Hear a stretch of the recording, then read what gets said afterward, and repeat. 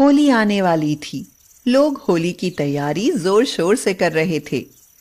भीड़ भरी सड़क पर एक 10 वर्षीय लड़का ठेला लगाए हुए खड़ा था, जिस पर गुलाल, अबीर, रंग और कुछ चिप्स पापड़ बेचने के लिए रखे थे। वह आवाज लगा रहा था, चिप्स चाहिए, पापड़ चाहिए, गुलाल ले लो। लेकिन उसकी ज्यादा बिक्री नहीं हो रही थी क्योंकि वह एक छोटा बच्चा था। एक दो लोग जो खरीदने के लिए आ भी रहे थे तो उसके पास खड़े हुए ठेले वाले उन ग्राहकों को अपनी ओर खींच लेते थे। वहीं सड़क के पार सुंदर मकानों में एक मकान में एक महिला गीता अपने बेटे से कहती है, 4-5 दिन से काम वाली भी नहीं आ रही है।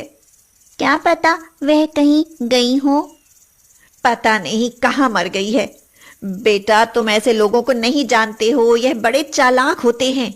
इन्हें दूसरे की तकलीफ का ख्याल ही नहीं रहता। यह गरीब लोग ऐसे ही होते हैं। मम्मी, क्या पता वो आंटी बीमार हो, उनके घर जाकर देख लेना चाहिए ना। अगर हम उनके यहाँ जाएंगे ना तो वो बीमार नहीं भी होंगे ना, तब भी बीमारी का बहाना बनाकर हमसे पैसे ऐंठ लेंगे। मेरी भी तबीयत ठीक नहीं है, इसलिए नाश्ता बनाने में देर हो गई है। जल्दी जल्दी तैयार हो जाओ, स्कूल बस आ गई होगी।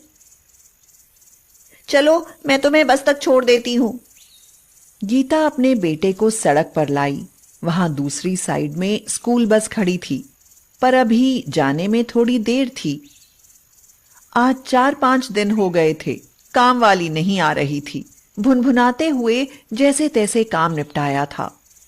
असल में रानी झाड़ू पोछा बर्तन ही नहीं बल्कि खाना भी बना दिया करती थी।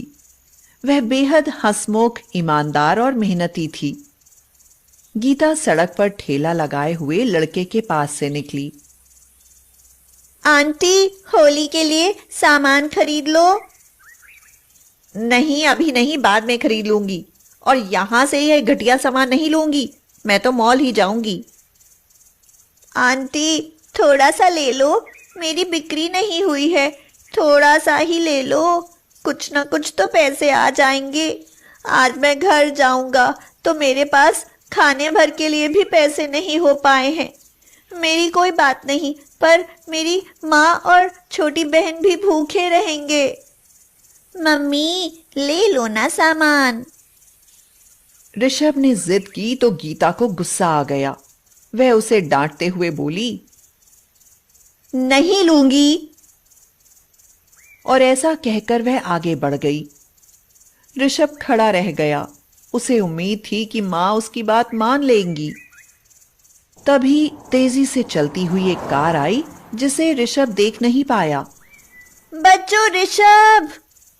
यह चिल्लाते हुए पराग ने ऋषभ को ठेले के पीछे धक्का दिया और खुद भी गिर पड़ा। कार पराग के ठेले को टक्कर मारती हुई चली गई। ठेला सड़क पर उलट पड़ा और उसका सारा सामान जमीन में तितर बितर हो गया, जो धूल में मिलकर बेकार हो गया। पराग ने ऋषभ को बचा लिया था। गीता बहुत डर गई थी। भगवान का लाख लाख शुक्र है कि तुम दोनों ही कार से साफ बच गए, लेकिन ठेला टूट गया है और सामान सब बर्बाद हो गया है। पराग रो रहा था। उसके पैर में हल्की सी चोट भी लगी थी। गीता बहुत पछता रही थी कि उसने उस लड़के के साथ गलत व्यवहार किया था। वह इतना गिड़गिड़ा रहा था, तब भी उसने सामान नहीं लिया उससे। रो मत, मैं तुम्हारा सामान और ठेले का नुकसान पूरा कर दूंगी। समझ लो यह सारा सामान मैंने खरीद लिया। तुम तो बहुत अच्छे लड़के हो ना, तुमने आज मेरे बेटे की जान बचा ली। मैं तुम्हारा एहसान कभी भी नहीं भूल सकती बेटा। चलो, मैं तुम्हारे साथ तुम्हारे घर चलती हूँ। गीता और ऋषभ पराग के साथ उसके घर चल पड़े।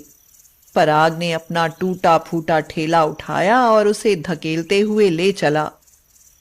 जब पराग अपने घर के सामने पहुंच गया तो उसने दरवाजा खटखटाया।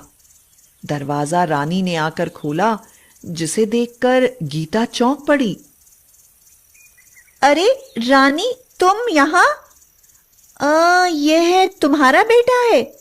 और तुम काम पर क्यों नहीं आ रही हो? जवाब में रानी फूट फूट कर रोने लगी।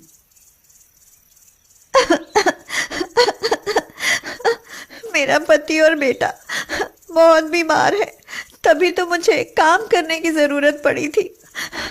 मैं तो काम करने चली जाती थी और बेटी उसकी देखभाल करती थी। 5 साल की बेटी 3 साल के बेटे की क्या देखभाल कर पाती। अब गीता ने चारों ओर देखा। सामान के नाम पर एक टूटी चारपाई, खाना बनाने के थोड़े बहुत बर्तन और कुछ और सामान था। रानी अपनी गोद में बच्चे को लिए हुए थी। उसकी हालत बहुत खराब थी। देखने से ही लग रहा था कि चूल्हा पता नहीं कब से नहीं जला है। उसका पति गिरधर डॉक्टर से दवा लेने गया था। गीता बोली, इसकी अच्छे डॉक्टर से दवा कराओ। अच्छे डॉक्टर से दवा मैं कैसे करा सकती हूँ दीदी? 8 दिन से तो मैं काम पर भी नहीं गई। कौन पैसे देगा मुझे? इसी वजह से पराग अपने बापू का ठेला लगाने गया, लेकिन उसका सामान भी नहीं बिक रहा। गीता ने अपने पति को अर्जेंट फोन किया। सुनो विपिन, तुरंत 5 लोगों के लिए खाने पीने के लिए कुछ सामान लेकर आओ।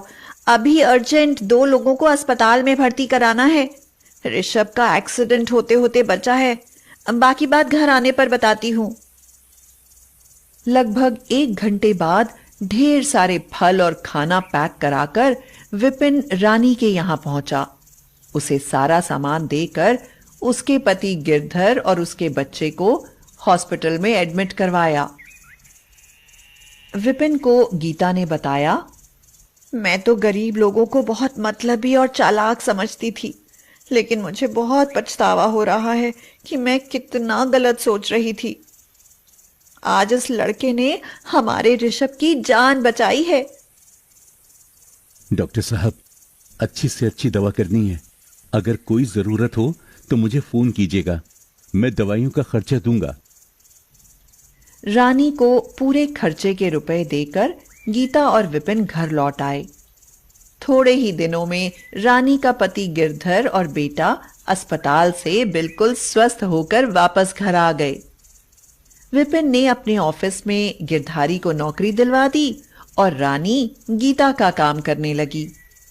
गीता के आलीशान मकान में बहुत सारे कमरे थे। गीता ने एक कमरा उन लोगों को रहने के लिए दे दिया। इस बार की होली गिरधर और रानी के लिए ढेर सारी खुशियां लेकर आई थी। अब ऋषभ पराग के साथ खूब खेलता था। गीता ऋषभ और उसके दोनों छोटे भाई बहनों के लिए कपड़े और मिठाइयां लाई थी। इस बार ही नहीं, अब गीता ने रानी की हर साल की होली रंगीन कर दी थी और उनके जीवन में खुशियां भर दी थीं।